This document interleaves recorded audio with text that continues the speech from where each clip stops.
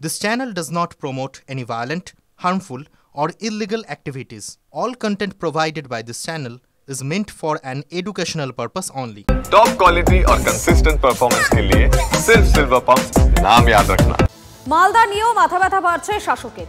21শে জুলাইয়ের প্রস্তুতি সভায় মন্ত্রী আর তৃণমূল নেতার কথার লড়াই রতুয়ায়। ছবিটা যেন উঠে এলো এবারে হরিশ্চন্দ্রপুরে।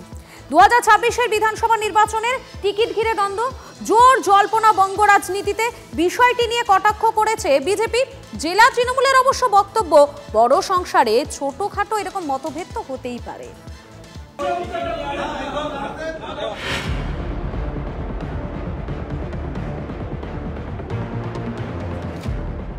বিধানসভা ভোটের আগে শেষ 21শে জুলাইয়ে সমাবেশ। আগামী লড়াইয়ের দিশা দেখাবেন তৃণমূল নেত্রী, কিন্তু সেই সমাবেশের প্রস্তুতি সভা ঘিরেই বিতর্কের ওপর বিতর্ক। একে বিডিও অফিসে দলীয় বৈঠক ঘিরে প্রশ্ন, আর সেই বৈঠকে রাজ্যের মন্ত্রীর সঙ্গে জেলার দাপুটে তৃণমূল নেতার তুমুল ঝগড়া।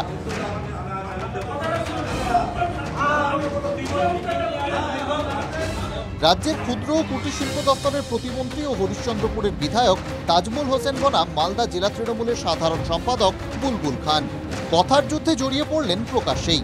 রতুয়ার পর এবার যত ঝামেলা হরিশ্চন্দ্রপুরে।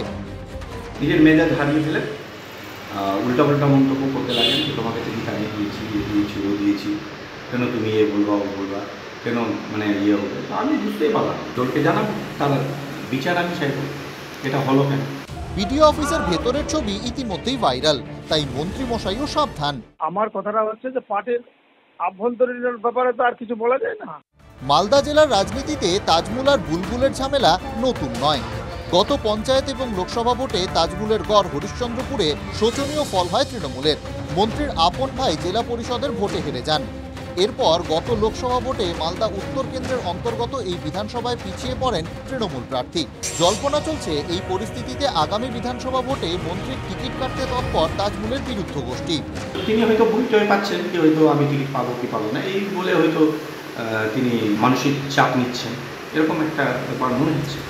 21-এর বিধানসভা ভোটে যে জেলায় প্রথমবার দুর্দান্ত ফল করেছিল তৃণমূল, সেই জেলাতেই লাগাতার কোন্দলে জর্জরিত শাসক শিবির। তা নিয়ে কটাক্ষ করতে ছাড়ছে না বিজেপি। তৃণমূলের শেষের সময় আগত হয়েছে, এটা আমরা বুঝতে পারছি। তৃণমূলের গোষ্ঠীদ্বন্দ্ব মালদা জেলায় সর্বজন বিদিত, এবং এটা বারে বারে প্রমাণ হচ্ছে। বড় পরিবার, মতের অমিল হয় একটু, আবার পরে ঠিক হয়ে যায়। পার্টির ইনার মিটিংয়ে এইসব হওয়াটা সমুচিত নয়। সম্প্রতি 21শে জুলাইয়ের প্রতিষ্ঠা সভায় রতুয়ার বিধায়ক সমর মুখোপাধ্যায়ের সঙ্গে জেলা তৃণমূলের মুখপাত্র আশিস কুণ্ডুকে তর্কাতর্কিতে জড়িয়ে পড়তে দেখা গিয়েছিল। এবার হরিশ্চন্দ্রপুরের বিডিও অফিসে কার্যত তারই পুনরাবৃত্তি। গোঁদের ওপর বিস্ফোরার মতো বিতর্ক দানা বেঁধেছে বিডিও অফিসে 21শে জুলাইয়ের প্রস্তুতি সভাকে ঘিরেও। দলীয় কর্মসূচি কেন বিডিও অফিসে, সদুত্তর দিতে পারেননি হরিশ্চন্দ্রপুরের বিডিও। মালদা থেকে সুব্রত ভট্টাচার্যের রিপোর্ট, TV9 বাংলা। খানাকুলে তৃণমূলের গোষ্ঠীদ্বন্দ্ব, দেদার লুটপাটের অভিযোগ। আহত উভয় পক্ষের কমপক্ষে 4 জন। মারধর এবং পাল্টা মারধরের অভিযোগ একে অপরের বিরুদ্ধে। উত্তপ্ত খানাকুল 1 নম্বর ব্লকের কাটাপুকুর এলাকা। তৃণমূল নেতা নইমুল হক এবং আশিক ইকবালের দুই গোষ্ঠীর মধ্যে সংঘর্ষ। শেখ সুরাজ আলী নামে এক কর্মীকে হাসপাতালে ভর্তি করানো হয়েছে। আতঙ্কিত এলাকার বাসিন্দারা। আশিকের 2টো লোক এসে বাকি আর শহীদুল মিলে টেনে আমার কলার ধরে পচলাপচলি করতে করতে আমাকে নিয়ে যায় পার্টি অফিসে। পার্টি অফিসে নিয়ে এসে আমাকে খুব মারধর করে। 2টো লবি আছে, একটা হচ্ছে আমাদের লবি আর একটা হচ্ছে আশিক ইকবালের লবি। তো আমি আশিক ইকবালের লবিতে আমি থাকি না বলে ওই জন্য আমাকে মারধরটা করে। আশিকদা আমাকে আরামবাগ পাঠিয়েছিল কোনো কাজের সূত্রে। তো আমি আরামবাগ আসার পথে ধামসাতে কিছু দুষ্কৃতী আমাকে ধরে অ্যাটাক করে, খুবই মারধর, নির্মলভাবে মারধর করেছে। এইসব জায়গায় কেটে দিয়েছে, জানি না আগে ছিল। আশিকদার সাথে আমি থাকি, তো ওই জন্য আমার ওপরে এই পুরো চক্রান্তটা চালানো হয়েছে। আমার মাতাল ফাতাল কুত্তা কী করছে না করছে আমি কী করে বলি বলুন তো। আমাকে তো সরকার আমাকে জায়গা দিয়েছে, দিদি আমাকে জায়গা দিয়েছে, অভিষেক বন্দ্যোপাধ্যায় আমাকে জায়গা দিয়েছে, তাহলে আমি তো উন্নয়নে ব্যস্ত আছি। কুত্তা কী করলো মাতাল আতাল, খানাকুল থানা এফআইআর ডায়েরি হয়েছে, সে তো পুলিশ ইনকোয়ারি করবে, তাহলেই তো তথ্য পেয়ে যাবে। এদের মাতাল রিপোর্ট আছে কি ভালো রিপোর্ট আছে।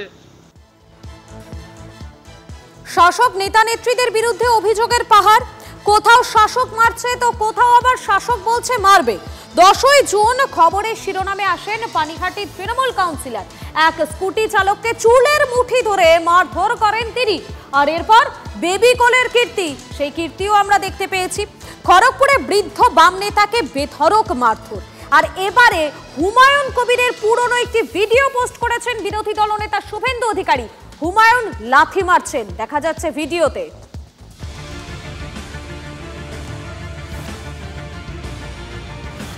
শাসক নেতা নেত্রীরা যেন ষণ্ডার ভূমিকায়।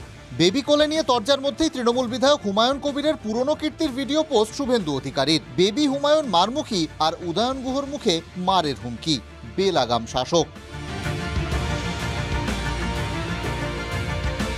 বৃদ্ধ বাম নেতাকে পিটিয়ে শিরোনামে পশ্চিম মেদিনীপুরের তৃণমূল নেত্রী বেবি কোলে। ব্যস্ত রাস্তাতেই চুলের মুঠি ধরে কিল, চর, ঘুষি, জুতো পেটা। দলীয় শোকজের জবাবে বৃদ্ধ অনিল দাসকেই দায়ী করেছিলেন বেবি। লিখেছিলেন তার কীর্তিতে দলের ভাবমূর্তি নষ্ট হয়নি।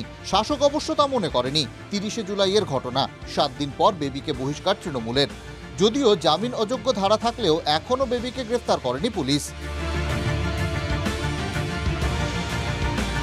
নির্দেশ দিয়েছেন শ্রী সুব্রত বক্সী জেলা সভাপতিকে যে সেই বেবি কোলেকে দল থেকে নিষ্কাশিত, বহিষ্কার করার জন্য। যতক্ষণ না অ্যারেস্ট হচ্ছে, প্রশাসনের যে সাহায্য মদত যেটা চলছে, আমি বারবার বলার চেষ্টা করেছি, ততক্ষণ পর্যন্ত আমরা, আমাদের পরিবার এবং খড়গপুর শহরের মানুষ শান্তিতে নেই। সিপিএম নেতাকে মেরেছে সেটা ক্যামেরার সামনে চলে এসেছে বলে তাই। বিজেপির এত নেতাকর্মী খুন হয়ে গেল, কোথায় পরেশ পালকে তো কেউ বহিষ্কার করার কথা বলছে না? নাকি সিপিএম এর সাথে কোনো রামধনু জোট আছে, না ফিশ ফ্রাই জোট আছে, না কি জোট আছে, সে তো তৃণমূল বলতে পারে। পশ্চিম মেদিনীপুরেরই তৃণমূল বিধায়ক হুমায়ুন কবিরের কীর্তি সামনে এনেছেন বিরোধী দলনেতা শুভেন্দু অধিকারী। ভাইরাল ভিডিওয়ে দেখা যাচ্ছে সল্টলেকের স্বাস্থ্যবিজ্ঞান বিশ্ববিদ্যালয়ের রেজিস্ট্রার প্রলয় চক্রবর্তীকে অফিসেই মারধর হুমায়ুনের। ছবিটা টাটকা নয়, 2022 সালের। 2023 সালে এফআইআর হয়েছিল, কিন্তু বেবির মতো হুমায়ুনকেও ছোঁয়নি পুলিশ। আমাদের দলের যে কোনো রকম অনুশাসন ভেঙে, শৃঙ্খলা ভেঙে কেউ যদি কোনো কাজ করে, এবং এই ব্যাপারটি যখন এসছে সে ব্যাপারেও দল নিশ্চয়ই সুনির্দিষ্ট ব্যবস্থা নেবে। জগ ছুঁড়ে মারা দিয়ে শুরু হয়েছিল, তারপরে কিছুদিন আগে তো আমরা দেখলাম একটি গভর্নমেন্ট কলেজের প্রিন্সিপালকে তাকে ধরে থাপ্পড় মারা হয়েছে। আবার এখানে রেজিস্ট্রারকে হেনস্থা করা হচ্ছে। একদম ফেক নিউজ, একদম টোটালি কমপ্লিটলি ফেক, বুলশিট। আমি যথা সময় যথা জায়গায় ব্যবস্থা নেব, আমি ব্যবস্থা নেব, আইন অনুযায়ী ব্যবস্থা নেব। দেখছি যে যা করেছে আমি সব দেখছি, নজরে আছে। ভোটের মরশুম আসছে, আর তার আগেই 21শে জুলাইয়ের প্রস্তুতি মঞ্চে সমহিমায় কোচবিহারের তৃণমূল নেতা উদয়ন গুহ। সরাসরি মারের হুমকি। একটা বিধানসভা কেন্দ্রে একজন আক্রান্ত হলে বাকি 8টা বিধানসভা কেন্দ্রে বিজেপির 8 জনকে পেটাতে হবে। শুধু 8-এর দাওয়াই দিয়েই থামেননি উদয়ন। ওয়াক ওভার নিশ্চিত করতে বিরোধী এজেন্টদের দাওয়াই দেওয়ার নির্দেশ দিয়েছেন দলীয় কর্মীদের। ওয়াক ওভার পাওয়া যায় সেই বন্দোবস্ত করতে, এমন অবস্থা তৈরি করতে হবে কোনো বাপের বেটার যেন এই কথাটা রাত্রে শুয়েও মনে না হয় যে আমি এজেন্ট হব। প্রতিক্রিয়া দিতে গিয়ে পাল্টা হুমকির সুর দিলীপ ঘোষের গলায়। আপনার ঘর মে কুত্তা ভি শের হতা হ্যায়, তো কুচবিহারের বাইরে ওকে কে চেনে?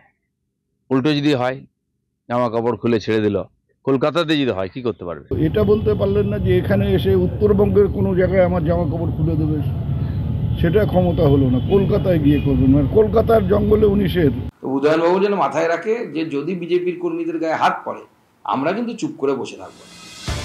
হুমকি, হুঁশিয়ারি, মারধরের সংস্কৃতি কি আপন করে নিল বাংলার রাজনীতি? Bureau report, TV9 Bangla.